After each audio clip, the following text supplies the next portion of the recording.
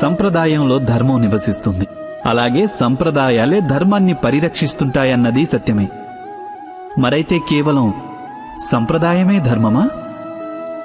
ఆలోచించండి.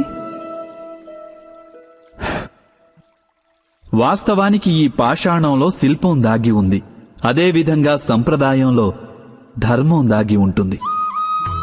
పాషాణంలో శిల్పం ఉంది, కాని పాషాణమే శిల్పం కాదు. శిల్పానికి ఆకృతినివ్వడానికి దాన్ని చెక్కవలసి ఉంటుంది. అనవసరమైన భాగాలను దూరం చెయ్యక తప్పదు. సరిగ్గా అదేవిధంగా సంప్రదాయంలో ధర్మాన్ని వెతికి పట్టుకోవాలి. అది ఎలాగంటే, ఇంద్రపూజ అనే సంప్రదాయానికి దూరమై గోవర్ధన పూజ అనే ధర్మాన్ని అనుసరించకపోతే యాదవులకు తమ ముక్తి మార్గము లభించుండేది కాదు. అనగా సంప్రదాయాన్ని పూర్తిగా విడనాడేవారు ధర్మానికి దూరమవుతుంటారు. అలాగే సంప్రదాయాన్ని గుడ్డిగా అనుసరించే వారికి కూడా ధర్మ మార్గం ప్రాప్తించడం దుర్లభం. హంసకు నీరక్షీర న్యాయం తెలుసు అంటారు.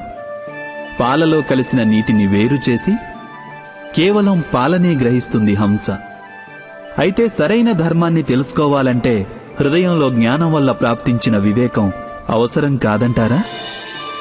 ఇక అటువంటి వివేకం లేనప్పుడు దేనినైతే ధర్మమని నమ్ముతారో అది వాస్తవంగా ధర్మం కాకపోవచ్చు.